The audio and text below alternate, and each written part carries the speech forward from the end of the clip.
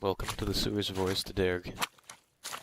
I'm here to guide you poor souls who didn't make it onto the boats out of here. We'll be making our way to the dock. Who, me? No one important.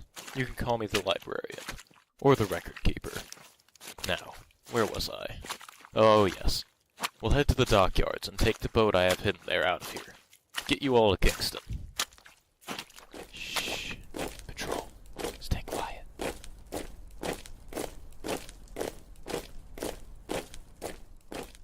Good. They're gone. Eh? What was that? Oh, yeah, sure. I'll tell you about our history. Where do you all want me to start? The Battle of Fools.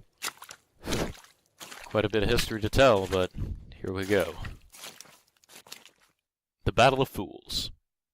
This all started years ago, with the Battle of Fools. No one really remembers who started it.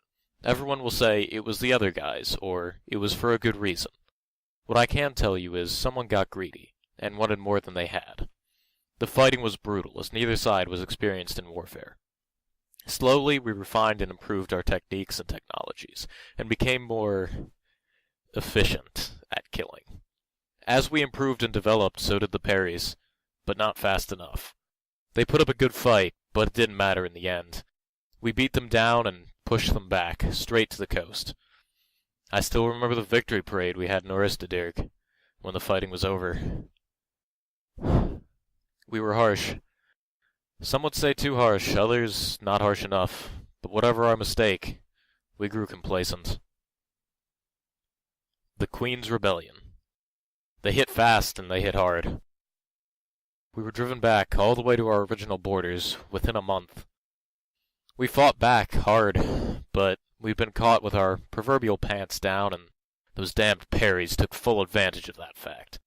We had some successes during the war, and we made lots of changes in our government, oft for the better.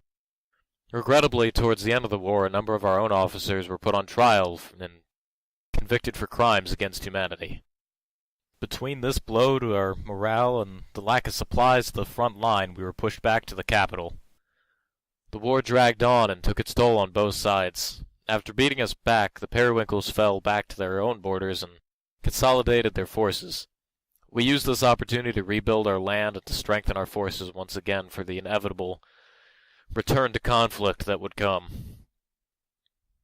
The fall. The peace didn't last long. It started with small border skirmishes, but soon escalated into a full-scale conflict. The war didn't last long, comparatively. Things were stacked against us, or so it seemed. Everything went downhill right from the start. The market crashed and we entered a depression, mass desertion from the military, and bands of brigands roaming the land, looting and murdering. We even lost one of our top military officers, the former leader of the army. Gray he was. Ne'er a more fitting name did one have. Gray. It described his morals quite well. When we called him out on his less than ethical methods of conducting warfare, he was given multiple opportunities to stop, but continued, trying to hide his actions and to bring others in to conspire with him.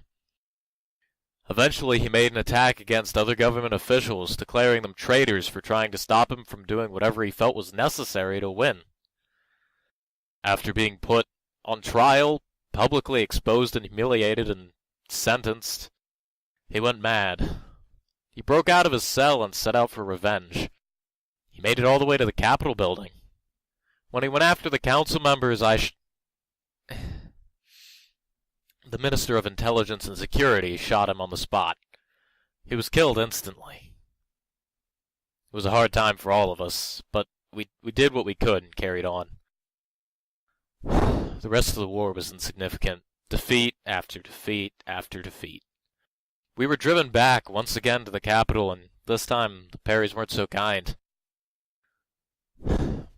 They were out to win once and for all. We evacuated as many as we could.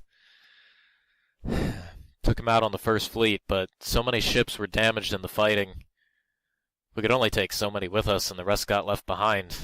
The fleet, as it was, set out to find a new land to call home. Which pretty much brings us to where we are now. The fleet reached Kingston, and we're working on building up over there now. Sadly, not everyone made it out. Some, like yourselves, got left behind, and others... well... but that's that. Looks like we're almost there. There will be periwinkle patrols near the water, so keep quiet from here on out. I'll tell you when we can talk again.